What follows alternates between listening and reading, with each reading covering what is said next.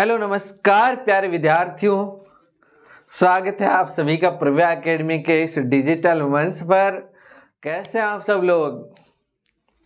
सबसे पहले तो आप सभी से क्षमा चाहता हूं कि हम काफ़ी दिन से हमारी जो क्लास है वो ले नहीं पाए। आप लोगों के कमेंट भी आ रहे थे, मैसेज भी आ रहे थे, पर कुछ सिचुएशन ऐसी होती है कभी कभी। हालांकि मैं कोशिश करता हूं कि आपकी क्लास सामान्य कारणों से रुके नहीं, लेकिन कभी ऐसा हो जाता है तो हो जाता है। खैर, अभी हम लोग जब तक हमारे अर्धवार्षिक राजस्थान बोर्ड के अर्धवार्षिक एग्जाम है तब तक हम लोग हमारा सिलेबस कंप्लीट कर लेंगे। क्लियर बात है। हमारे पास 3 चैप्टर रहे हैं, 3 में से आज हम जो एक नया चैप्टर शुरू कर रहे हैं, और उम्मीद करता हूं कि जो हमने पहले के चैप्टर जो पढ़े हैं वो तो आप लोगों के क्लियर ही होंगे। अगर क्लियर नहीं है तो आप ऐसे करें, एक बार उनको दोबारा से रिवाइज कर लें, देख लें। अगर आप लोगों ने नोट्स बनाए हैं तो बढ़िया है, अगर नहीं बनाए तो आप हमारे ऐप से जाकर के वहां से पढ़ते रहें। ठीक है, चलिए अभी अपन अपना ज़्यादा समय वेस्ट ना करें, सीधी बात करते हैं हमारे इस टॉपिक की। विद्युत धारा के चुंबकीय प्रभाव हमारा फिजिक्स का चैप्टर है। विद्युत धारा के चुंबकीय प्रभाव की अगर हम बात करें तो विद्युत धारा के बारे में हमने पहले पढ़ा है। देखो, विद्युत धारा के बारे में हमने पढ़ा और विद्युत धारा का एक हमने प्रभाव पढ़ा था, आपको पता होगा, जो था वो था तापीय प्रभाव। विद्युत धारा का तापीय प्रभाव पढ़ा कि नहीं पढ़ा? अगर हम लोगों ने विद्युत धारा का तापीय प्रभाव पढ़ा है तो उसी तरह से विद्युत धारा के कई अन्य प्रभाव भी होते हैं, और उसमें हम आज महत्वपूर्ण एक प्रभाव पढ़ने वाले हैं, विद्युत धारा का चुंबकीय प्रभाव। देखो, चुंबकीय प्रभाव क्या है? जैसे देखो, हम क्या करते हैं, सिंपल, आप लोगों को पता होगा चुंबक, पता है चुंबक? चुंबक तो सब लोगों ने देखी ही होगी। ऐसा कोई व्यक्ति है, ऐसा कोई विद्यार्थी है जिसने चुंबक नहीं देखी है? नहीं देखी है? कोई हो तो बताओ। लगभग सभी लोगों ने देखी होगी, क्योंकि पुराने जमाने में, जब अभी तो चुंबक का उतना उपयोग कम हो गया, पुराने जमाने में अगर हमारे पास स्पीकर होते थे, अभी भी हैं स्पीकर, जब हम रेडियो लाते थे या टेप लाते थे या कुछ ऐसी चीजें थी जिसके अंदर स्पीकर जो होता था उसके पीछे जो होती थी एक चुंबक। तो अभी भी आप लोगों को के पास अगर कोई टूटा हुआ स्पीकर है या जो नया स्पीकर है उसके अंदर भी चुंबक होती है, आप चाहो तो खोल के भी देख सकते हो। खैर, तो वो होती है चुंबक। तो हमारे क्या विद्युत धारा जो है, करंट जो चलता है, क्या उसमें भी चुंबकीय प्रभाव उत्पन्न होता है? तो देखो, इसके लिए एक प्रयोग किया गया। प्रयोग ये किया गया कि हम लोगों ने एक जोड़ दिया तार, और हमने इस तार को एक गत्ते से निकाला, ये गत्ता था और इसके अंदर से निकाला, और यहां से हम लोगों ने बैटरी जोड़ दी। ये हम लोगों ने बैटरी और कुंजी भी जोड़ दी। ये बैटरी है, प्लस है, और ये माइनस है। ऐसे लिखो, ऐसे लिख देते हैं, ठीक है। ये हमारा हो गया प्लस और माइनस। क्लियर बात? चलो नेक्स्ट बात अपन करते हैं। अगर हम लोगों ने ऐसे जोड़ी तो हमारे साथ क्या होगा? हमने एक काम और किया, ये गत्ता है, यहां से हमने इस गत्ते के अंदर से हमने ये तार निकाला है। हमने एक काम ही करना है, हमने यहाँ पर एक द्विसूचक रखना है। यहाँ पर हमें एक द्विसूचक रखना है। द्विसूचक या दिक सूचक भी बोल सकते हैं इसको। ये क्या होता है? ये क्या होता है? देखो, दिक सूचक, देखो ये कुछ भी नहीं होता, सिंपल सा है कि ये एक इस तरह की एक घड़ी टाइप होता है। क्या होता है? घड़ी टाइप होता है, और घड़ी टाइप होता है जिसके अंदर एक सुई लगी रहती है। ये जो आप देख रहे हैं, ये सुई रहती है लगी, और ये हमेशा एक दिशा को संकेत करता है। किसको संकेत करता है? ये जो सुई है ये एक दक्षिण और उत्तर दिशा की तरफ रहती है। इस तरह की एक घड़ी होती है। तो ये बात समझ में आ गई? मतलब कुल मिला के ये है कि ये इस तरह की एक घड़ी है जिसके अंदर एक सुई लगी रहती है, और ये सुई उत्तर, और एक इसका पूंछ होता है वो दक्षिण की तरफ होता है।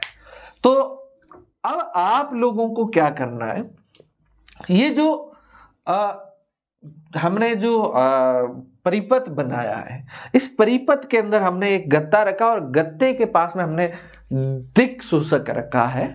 और ये जो घड़ी है, आप करंट चालू नहीं करना, इसके अंदर करंट चालू ना करें, उससे पहले इसको घड़ी को कैसे ही रख लेना।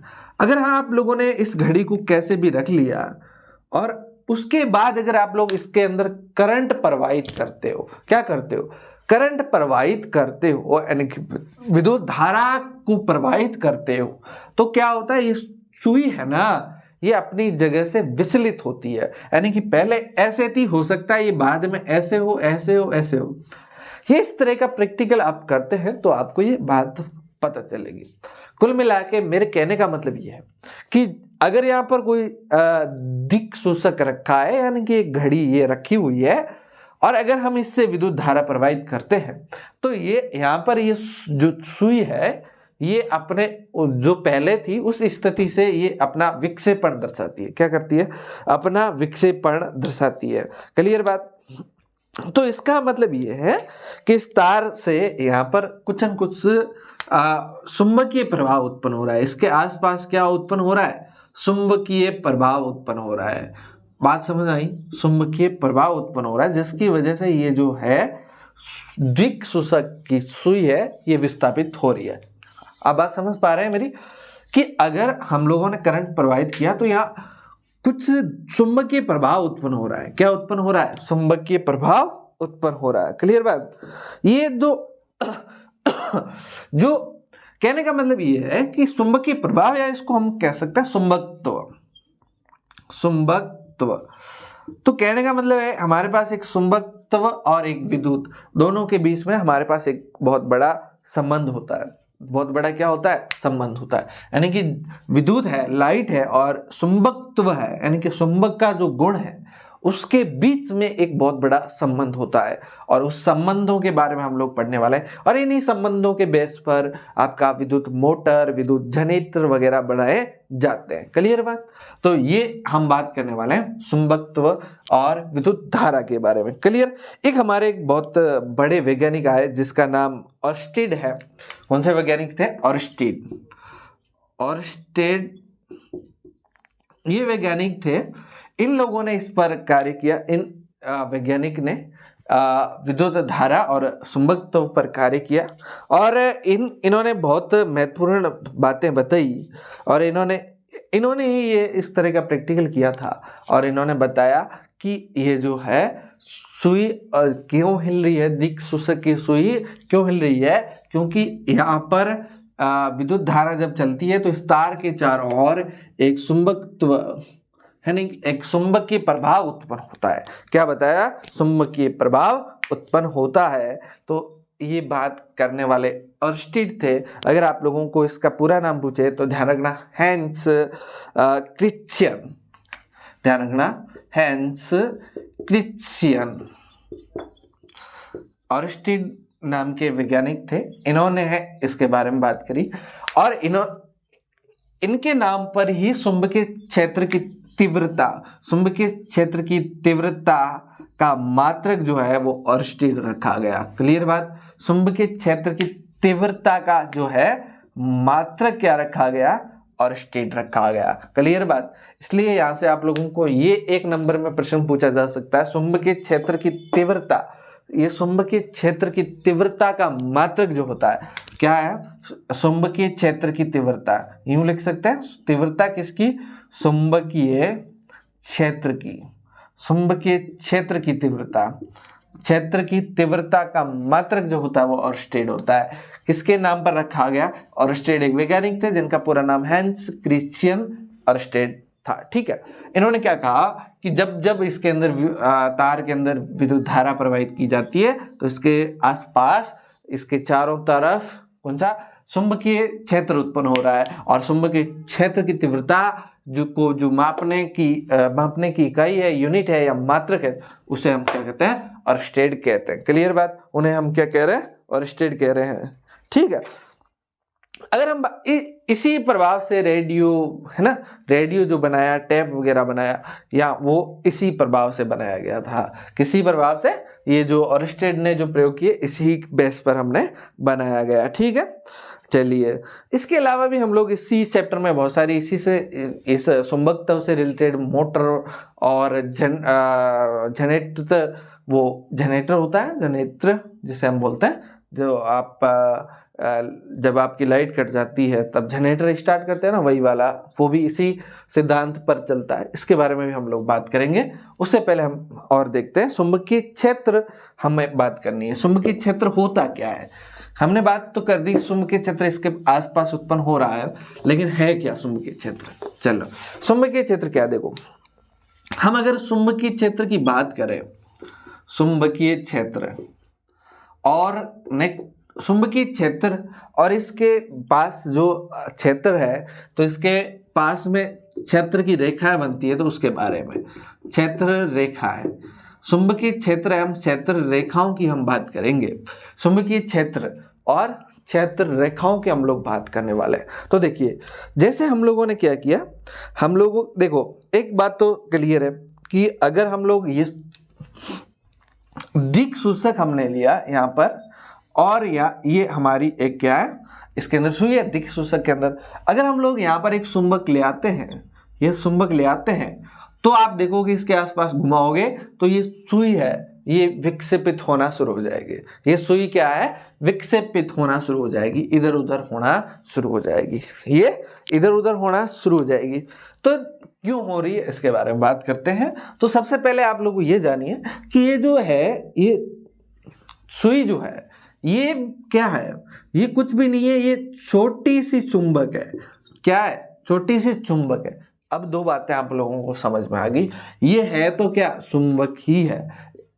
क्या है? चुंबक ही है। अब अगर हम चुंबक की बात करें तो चुंबक के अंदर दो सिरे आपको मिलेंगे, दो सिरे, एक तो ये वाला सिरा है और एक उधर वाला सिरा, तो दो सिरे। तो देखो, दो सिरों के नाम जो आप लोग वो पता करेंगे, तो दो सिरे मिलेंगे, एक उत्तर है, एक उत्तर को, जैसे मान लो ये उत्तर है, तो एक तो हम उत्तर और एक होता है हमारा दक्षिण को संकेत करता है। हमारे पास दो सिरे, आपको पता होगा उत्तर दक्षिण पूर्व पश्चिम ये दिशाएं होती है। तो हमारे चुंबक के पास जो दो सिरे हैं उनको हम क्या कहते हैं? एक तो उत्तर सिरा और एक दक्षिण सिरा, दो दिशाओं को संकेत करता है। दो दिशाओं को मेरे कहने का मतलब है कि अगर आप चुंबक को ऐसे पकड़, ये चुंबक है और इसको ऐसे यूं लटकाओगे तो ये हमेशा एक सिरा इसका दक्षिण दिशा में रुकेगा और एक दिशा हमेशा ऐसे घुमाते घुमाते छोड़ दोगे ना, तो भी एक सिरा आपका किधर उत्तर दिशा की तरफ होगा तो एक सिरा दक्षिण दिशा की तरफ होगा। तो हमारे पास चुंबक के दोनों सिरे किस साइड में होंगे?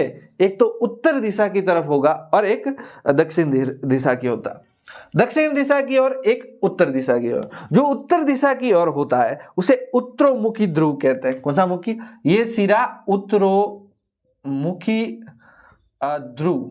कौन सा ध्रुव? उत्तरोमुखी ध्रुव कहते हैं। जो उत्तर दिशा की ओर होता है उसे कौन सा ध्रुव कह देंगे हम लोग? उत्तरोमुखी ध्रुव कहेंगे। ठीक है। तो अब आप कहोगे सर दक्षिण दिशा की ओर होता है उसे, तो सीधा सा उसे हम क्या कह देंगे? दक्षिणोमुखी ध्रुव। क्या कह देंगे? ये वाला सिरा हमारा क्या कहलाएगा? दक्षिणोमुखी ध्रुव। क्या कहलाएगा भाई? दक्षिणोमुखी ध्रुव। क्लियर बात? अब देखो, अब इसी के दूसरे नाम आप और ध्यान रखना, या इसे उत्तर ध्रुव भी कह सकते हैं। क्या कह सकते हैं? ये उसे उत्तर ध्रुव कह सकते हैं। उत्तर ध्रुव, तो इसे कह सकते हैं अपन दक्षिण ध्रुव। ये नाम समझ में आ गए? ध्रुव। अच्छा देखो, आपको पता है उत्तर को क्या लिखते हैं? नॉर्थ। तो इसको शॉर्ट में हम लोग एन लिख सकते हैं। शॉर्ट में हम लोग इसे क्या लिखते हैं? एन। और जो दक्षिण होता है साउथ, साउथ से हम लोग क्या लिख सकते हैं? एस। इसलिए हम सामान्यतः इसको क्या पढ़ेंगे? एन सिरा और एस सिरा, या एन ध्रुव और एन ध्रुव, एस ध्रुव। दो ध्रुव आप लोगों को समझ में आ गए कि नहीं आ गए? आ गए ना? अच्छा, इतनी बात समझ में आप लोगों को आती है तो नेक्स्ट बात आप समझिए। नेक्स्ट बात यह है कि हमेशा समान सिरे होंगे ना, समान सिरों के अंदर प्रतिकर्षण होगा। क्लियर बात? अरे क्लियर बात क्या? मैं कुछ भी नहीं कह रहा। अगर ये जैसे देखो, यहाँ पर आप लोगों को ढक्कन दिख रहा है, ये ढक्कन है, ये इसका वो है दूसरे वाला साइड और ये भी दूसरे वाला। अगर मैं यूं मानूं कि ये ढक्कन वाला सिरा है वो एन है, इसका ढक्कन वाला सिरा और इसका भी ढक्कन वाला सिरा क्या है? एन है। तो इधर वाला एस है, इधर वाला एस है। तो अगर हम ढक्कन को ऐसे पास में लाएंगे तो ये चिपकेंगे नहीं, ये प्रतिकर्षण होगा। प्रतिकर्षण का मतलब ये दूर जाएंगे, प्रतिकर्षण का मतलब क्या होगा, दूर जाएंगे। तो अगर हम लोग यहां से ये पीछे वाला भाग इसको पास में लाने की कोशिश करूंगा तो भी ये दूर जाएंगे, यानी कि जब समान सिरे होंगे, यानी कि अगर हम लोग n और यहां पर एक n को लाएंगे तो ये चिपकेंगे नहीं, दूर जाएंगे, प्रतिकर्षण होगा। अगर s के पास s लाऊंगा तो भी प्रतिकर्षण होगा।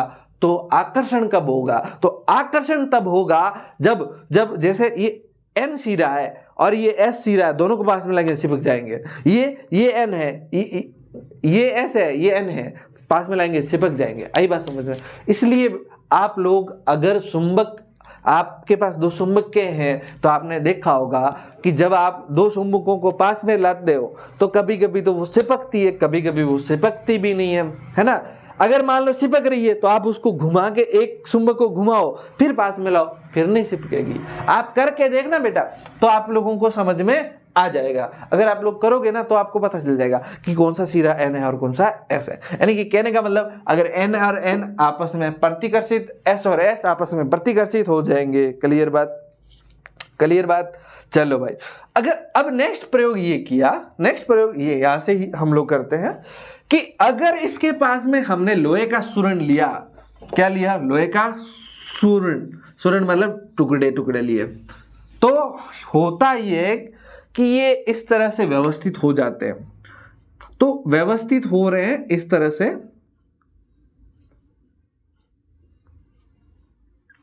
इस तरह से व्यवस्थित होते हैं,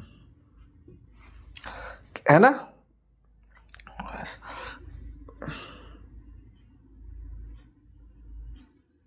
ये जो है, मैं आपको पहले डायग्राम बना देता हूं फिर आपको समझाता हूं।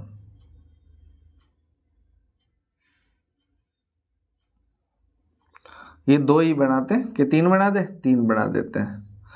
चलो ये देखो, एक हमारे पास क्या है, चुंबक है, एक हमारे पास क्या है, चुंबक। तो इसमें क्या होता है, चलो ये दूर S और ये N। तो कहने का मतलब अगर हम लोगों ने यहां पर इसके आसपास सूरण रखा लोहे का तो ये ऐसी संरचना बनेगी। यहाँ पर अब मैं डायग्राम बनाता हूं, ये इस तरह की, तो इस तरह की ऐसे इस तरह से संरचनाएं बनना शुरू हो जाती है। इस तरह की संरचनाएं जो है वो बनना शुरू होती है, ये आप लोग देखेंगे। अब ये ऐसा होती क्यों है, तो देखो क्यों होती है, क्योंकि यहाँ पर जो चुंबक है उसके चारों ओर ऐसा क्षेत्र है जहां पर चुंबक अपना बल लगा रही है। चुंबक बल लगाती है, आपको पता ही है। तो ये चुंबक अपने चारों ओर क्या लगा रही है, अपने बल लगा रही है। तो ये दिखाता है यहाँ जहां जहां जहां जहां ये इस तरह का पैटर्न बन रहा है, तो इसका मतलब ये है कि ये चुंबक का यहाँ तक बल लग रहा है, चुंबक का यहाँ तक क्या लग रहा है, बल लग रहा है। क्लियर बात, कि ये यूं बता रहा है कि चुंबक का यहाँ तक बल लग रहा है। आई बात समझ में। कुल मिला के ये कह सकते हैं कि जहां तक, जिस क्षेत्र तक चुंबक अपना बल लगाता है उसे उस चुंबक का चुंबकीय क्षेत्र कहते हैं। उसे उस चुंबक का क्या कहते हैं, चुंबकीय क्षेत्र कहते हैं। मतलब जहां तक ये इस तरह की संरचना बन रही है वहां तक चुंबक का क्या लग रहा है, बल लग रहा है। इसलिए इसे हम क्या कहते हैं, चुंबकीय क्षेत्र कहते हैं। जहां तक चुंबक अपना बल लगाती है उससे हम उस क्षेत्र को क्या कहते हैं, उस चुंबक का चुंबकीय क्षेत्र कहते हैं। क्लियर बात, ठीक है। और ये यहां पर जो क्षेत्र है ये एक व्यवस्थित रेखाओं के रूप में, एक व्यवस्थित रूप से ऐसे देख रहे हो आप, व्यवस्थित रेखाओं के रूप में व्यवस्थित हो रहा है, तो इसे हम चुंबकीय क्षेत्र रेखाएं भी कहते हैं। क्या कहते हैं, चुंबकीय क्षेत्र रेखाएं।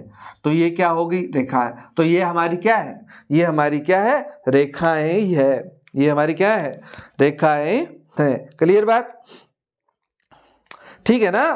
तो ये यहां से हमारी क्या होगी, चुंबकीय क्षेत्र रेखाएं। ये क्या है, हमारी चुंबकीय। अब यहां पर आप दो चीजें देखेंगे, तो यहां पर आप दो चीजें देखेंगे।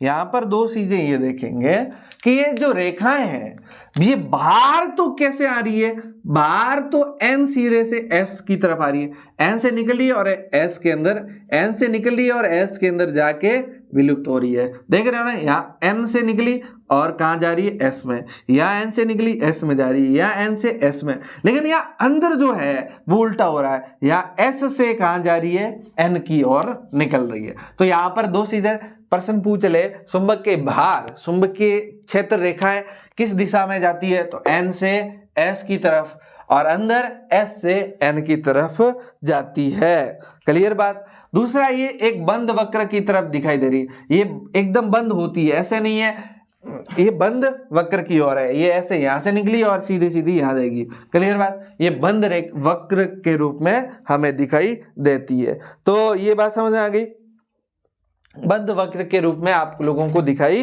देगी। दूसरी बात, ये पास वाली जो है ये बहुत प्रबल होती है चुंबकीय, धीरे धीरे इसकी प्रबलता क्या हो जाती है, कम हो जाती है, प्रबलता क्या हो जाती है, कम हो जाती है। क्लियर बात है,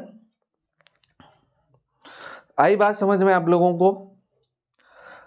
इसके अलावा एक चीज आप ये देखेंगे, ये चुंबकीय क्षेत्र की रेखाएं हैं, ये कभी एक दूसरे को काटेगी नहीं, यानी कि एक दूसरे को प्रतिकर्षित नहीं करेगी, प्रतिच्छेदित कह सकते हैं, प्रतिच्छेदित नहीं करेगी, या यूं कह सकते हैं ये एक दूसरे को काटती नहीं है, प्रतिच्छेदित नहीं करती है, यानी कि काटती नहीं है। क्लियर बात। काटती क्यों नहीं है, क्योंकि अगर काटेगी तो प्रतिच्छेद करने पर जो सुई है, सुई किस दिशा में जाएगी, फिर तो ये जो सुई हमने बनाई थी यहाँ पर हटा दी, ये सुई दोनों दिशाओं में जाने लगेगी, ये वाली सुई, इसकी दिशा भटक जाएगी और दोनों दिशाओं में कोई सुई का तीर थोड़ी रह सकता है।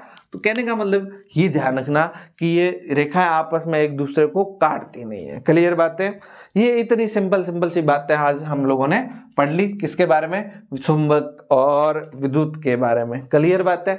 आई होप कि ये बातें आप लोगों को समझ में आ गई होगी।